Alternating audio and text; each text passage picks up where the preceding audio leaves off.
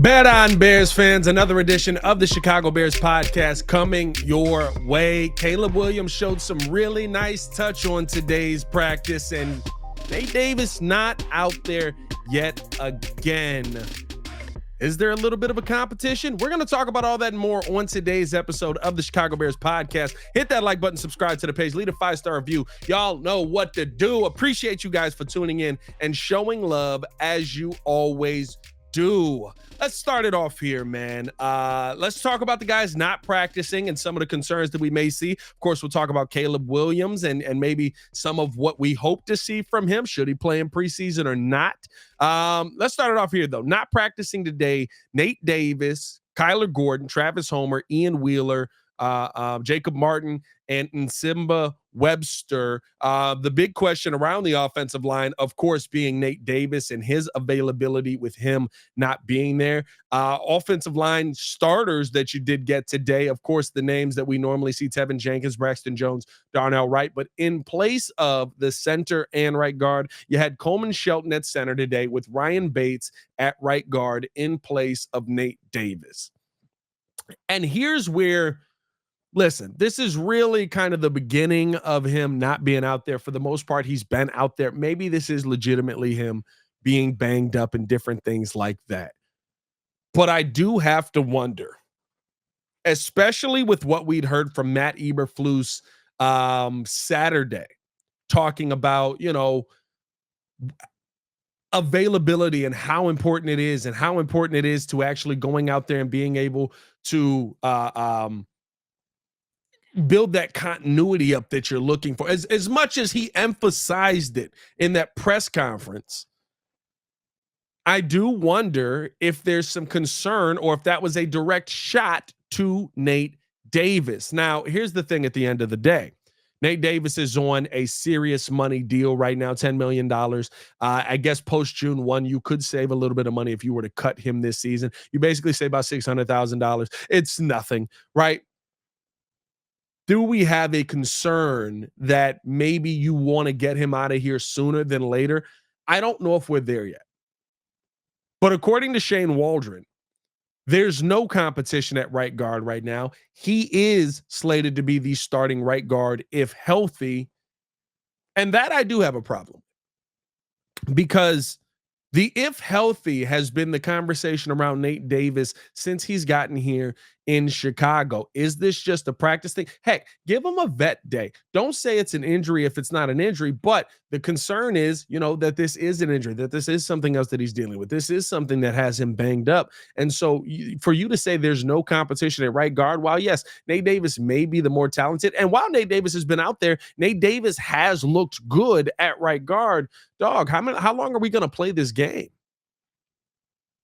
Because what I'm concerned with is that what you're seeing on your offensive line and some of the struggles that you're seeing take place is a direct correlation and a direct product of never having the same guys out there. I asked Shane Waldron about that as well, right? I was talking to him about, with as much flux as you've seen on the offensive line, with how much movement you've had on that offensive line, do you feel like you're anywhere near having your starting five, having your five guys solidified? And he talked about, how it's a good thing to have the competition and have the center competition, and that you're still trying to work through all of that. But then to come out and say, that there is no competition at right guard, that we feel like Nate Davis is the starter. How?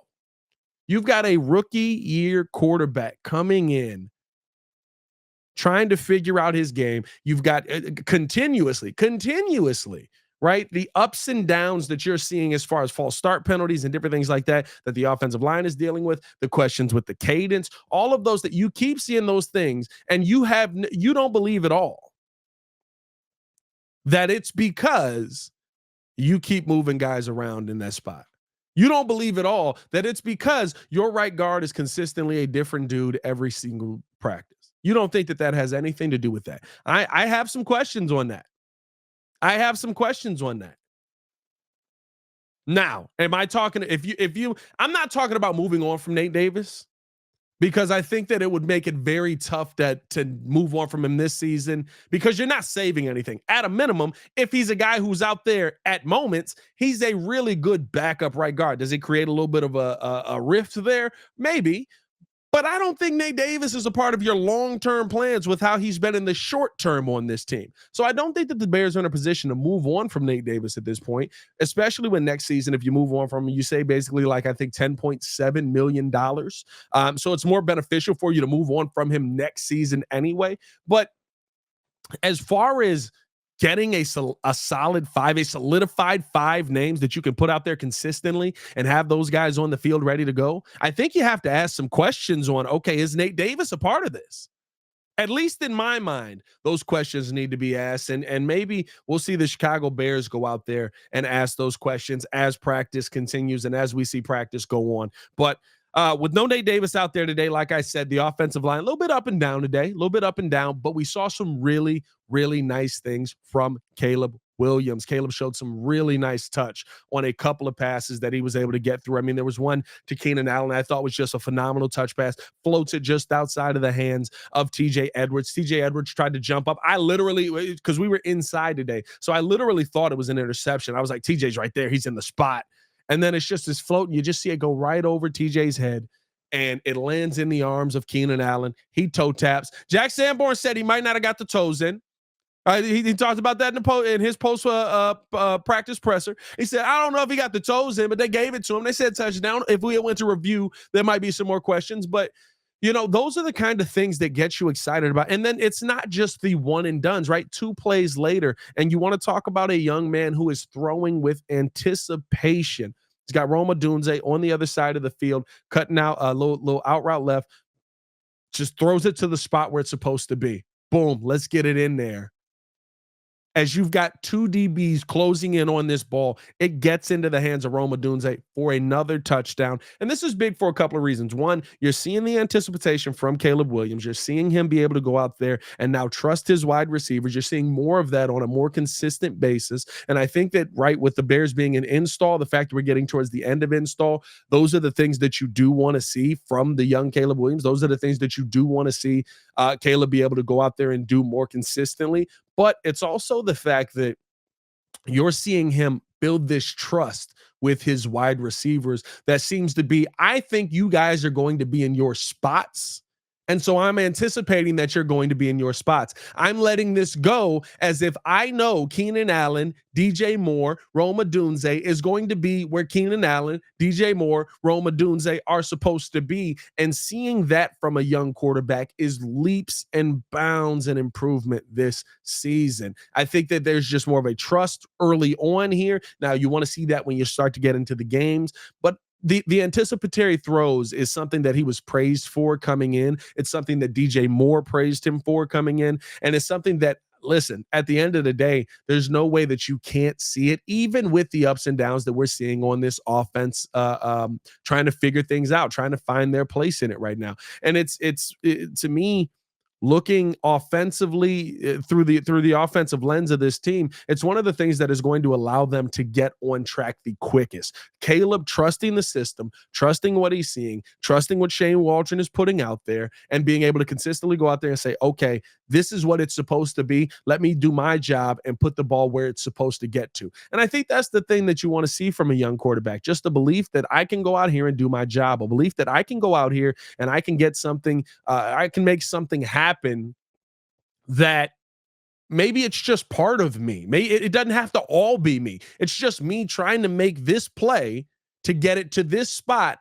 And then I've got really good playmakers that can go out there and finish it off. So I think that that's something, seeing this from Caleb Williams this young, seeing this from Caleb Williams so quickly, it's something that I'm excited about. And it is seeing that it early on, seeing the touch that he has and the awareness that he has in the pocket.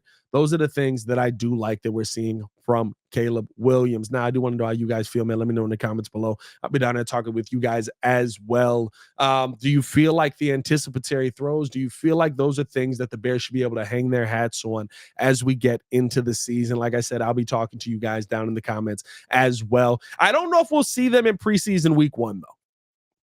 Preseason week 1 down in Canton, Hall of Fame game. Going to be a lot of Bears in the building. I'll be down there as well. So if you are down in Canton, we're trying to plan some things out down in Canton.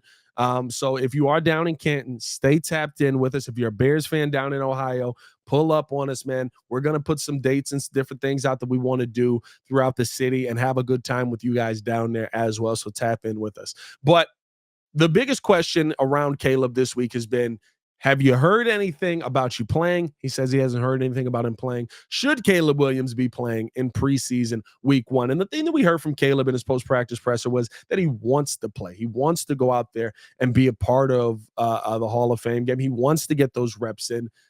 But here's what makes it tough. You're already talking about Nate Davis and his injury issues that he's dealing with. So he's not playing.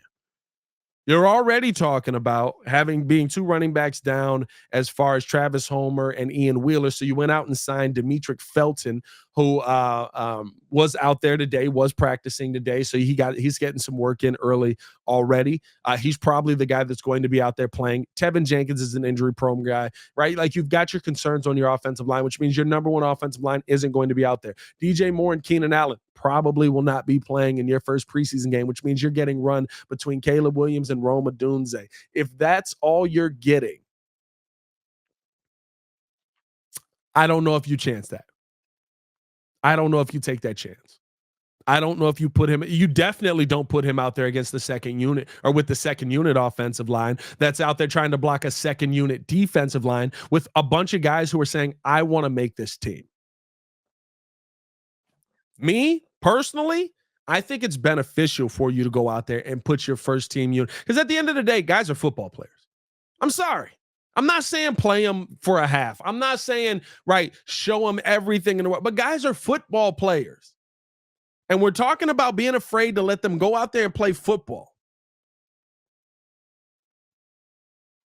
If you don't think that Caleb Williams playing in the preseason is valuable to you starting the season off on the right foot offensively, I've got concerns. I've got questions. And I disagree. I think that's my biggest thing right now with where this Bears team has been at, is we continue to talk about it. It's almost coddling at this point, where it's like, well, we don't want you to go out there and get hurt, so we're just not going to do it. That's how you started the season last season, off on the entirely wrong foot, and you're 4 games into the season going, how the heck do we get a win? I have no idea how the heck we're going to go out here and get a win. That's a problem. That is a problem. And so for me, I would like to see Caleb Williams be a part of that preseason week 1 game, but I just don't know if we end up seeing that be the case. Let me know your thoughts in the comments below. Do you feel like Caleb Williams should be a part of that preseason week 1 game? Do you feel like he's going to need those reps moving forward? Or are you like Flus, who seems to think, hey, at the end of the day, it's preseason, we're not tripping, maybe we're not going to put him out there? To me, it's a no-brainer. It's a no question. You need to have your first team offense, a offense that hasn't played on the field for real together yet. They've only done this in practice. You need to have them out there, in my opinion. Now, you get the extra week. Maybe you can use that to your advantage and just go out there and play 3. But I would think with the extra week, you would want 3.5 weeks of work, because nobody's playing in the final game. So I don't know. Let me know, like I said, you guys' thoughts in the comments below. The one thing that we did see today that I thought was very interesting, I talked about it a little bit, right? Travis Homer having a very, very noticeable limp. So I don't know when he'll end up being back, if he'll end up getting back on the field in this preseason or not. They've said day to day, but we know how the Bears go with day to day. Day to day could be a 1 week injury. Day to day could be a 3-month injury. We'll see what that ends up playing out. I like the fact that they went out and signed Demetric Felton. Demetric Felton has been a guy who, basically practice squad guy last year with the Bengals, couple of seasons with the Browns. But he's been a preseason darling kind of over the last couple of years. And so I think he's somebody that you could keep an eye on, that you could feel, okay, this is a guy that's going to be able to make somewhat of an impact. This is a guy that you think, okay, he's going to go out there and show you something in preseason, and you want to get him acclimated into your system because of what you went through last season, right? Last season, remember, you have Khalil Herbert go down with a little bit of injury, right? Roschon Johnson is basically your lone back out there. You have Travis Homer go down with a little bit of injury. Then you have Deontay Foreman go down with a little bit of injury as well. So what do? You bring in Darrington Evans, who was somebody who was a part of your team previously. Darrington Evans is able to come in and he instantly hits. Having guys that know your system, having guys that know your calls are important. I like this signing of Demetric Felton because a guy who just really hasn't gotten a shot at the NFL level, not to say that I think he's going to get a shot here with the Bears, but having a guy that knows your system who can go out there and if he's on the streets or if he's on the practice squad, you can call on him at a moment's notice and say, hey, we want you to come over here and be back a part of this if you have some injury. I like the fact that the Bears went with this, and they went with one of the names that we've heard about in the last couple of preseasons as one of those standout guys. I think this is a good move by the Chicago Bears to be able to go out and get this signing. I think it's not going to be much more than this for right now, but you never know what that's going to be for the future, and that's what makes this so very, very interesting to me. Let me know what your thoughts are on the Demetric Felton signing. Hit that like button, subscribe to the page. Getting to see him at practice already. I mean, he looks fast. Looks like he looks, you don't see a ton of him because he's still behind on the depth chart. But seeing him out there, man, he looks like he's got some go. And he's, of course, going to be a special teamer as well, which he's done that in the past. So, seeing him on both sides, we'll see what he's able to do. The final thing my major takeaway from practice today, Montez Sweat is just an absolute monster. And I know we didn't really talk about this as much because we didn't have time with the interviews that we did on Friday with Jeff Joniak jumping in on Saturday's episode with Jason McKee, and of course doing the interview with Kari Blasingame. But to me, when you see Montez Sweat out there, and we saw this again today, there was a bull rush on Darnell Wright. It was in the situational period where Caleb Williams dropping back, trying to find something in the situational period. Immediately the play is blown dead because Darnell Wright gets pushed back. And this time, Montez does not make contact, but I'm calling it a strip sack. I'm not going to lie to you. And I think that there is so much to look forward to with this Bears defensive line this season. Now, I'm not taking that away from today and saying this is exactly what this team is going to be because no pads on makes it very different. We already have this conversation every time. Guys in T-shirts and shorts, it's not the same thing. But seeing them when they were in pads, seeing them when they've actually been in football gear or having a real football practice, as J-Mac likes to say, seeing how they have that much push, seeing how Javon Dexter is able to blow through that line on both centers that you have here, seeing, I mean, just how dominant Javon looks like he's going to take a step into this season being, and knowing the guy opposite running with him is Montez Sweat. Oh my God. Oh my God. Like, I just feel like this defensive line is going to have so much more of an impact. And we've talked about this as well, but seeing how Eric Washington has really added to this. I talked about this with Jack Sanborn today. And, Jack basically said that what Eric Washington is able to do out there with the defensive line, he's got them getting their hands up. You see how many times they've been able to bat balls at the line. You see how many times they've been able to really just like force the quarterback into some tough situations, knock the ball down, knock the ball out of his hands. They're always moving. They've always got their hands involved. They're always looking to make a play at the line. That's something that we just didn't see from this team last season. I know there's some questions as well on, is the defensive line that good or is the offensive line that bad? I don't think that it's a situation of both. I think the defensive line is good because the defensive line is good. I think that you get that pressure up the middle. You've got Montez Sweat. DeMarcus Walker is going to be able to do some nice things. And everybody always sleeps on Andrew Billings. Andrew Billings is ridiculously good at his job. He's somebody who can help push the pile as well. But on the flip side of that, there's something that the defensive line has that the offensive line just doesn't, and that's consistency. And so I think, right, you're getting all of these changes come in. You get, right, Darnell Wright has been consistent. Tevin Jenkins has been consistent. Braxton Jones has been consistent. But the center and right guard position has been completely different. And I think that affects how Darnell Wright is able to go out there and do things. That affects what you see from Ryan Bates, who's stepping in playing center, but also has to figure out, okay, I'm back at right guard. Here we go. We got to make this happen. Coleman Shelton's like, I'm the center. Am I starting? Am I not starting? I think that the stability you see on one side is going to be a major benefit on that side. And it is a major concern to me on the offensive side of the ball because That not having that stability, you can see, is really taking a toll early on the offensive line with things like false start penalties, with jumping, with the cadence, with all of those things that Tevin Jenkins said we had ironed out, which I do think that you could see was ironed out until we saw Nate Davis not out there, which is why I have the concerns on Nate Davis that I do, which is why I'm wondering, right, like, do we see Matt Eberflus maybe make a very, very tough call this season and go, hey, look, we just don't need him. We just don't need him. I don't know if I'm there yet. I don't think that's a decision I think that Flus is going to make, but the question is there for me. But you've got some beasts on this defensive line, and I am excited to see how the Bears are going to be able to use them. Outside of that, I mean, listen, if I was going to grade today's practice, if I was going to say there was a winner and a loser, I would say, to me, based on my vantage point, I would say the offense won, but let's give it 51-49. I mean, just a really, really good, another really good back and forth practice, another really good showing defensively. I thought in the situational period, it was all the defense. I thought in some of the 11 on 11 today, it was the offense's day in 11 on 11. And that's good to see. Finally able to get touchdowns in that end, or when you're in that period where you're closer to the end zone than you were, right, just trying to move the ball up the field. I think that those are things that you absolutely can take away from this team. And I once again, I'll say it, Flus has had a really good training camp. I don't know how preseason will go, but he's had a really, really good training camp, and we'll see what he ends up doing. But hey, I do want to know how you guys feel, man. Let me know in the comments below. I'll be down there talking with you guys as well. Let me know your thoughts on everything that I brought up today. Do you feel some concern over Nate Davis? Where do you think this offensive line is? What are your thoughts on the defensive line? And shout out to Caleb Williams for always showing some really good touch on that football today. I guess not always, but some really good touch on that football today. But hey, like I said, it's your boy Pat the Designer back at it again. Y'all stay safe out there, Chicago. Bear down.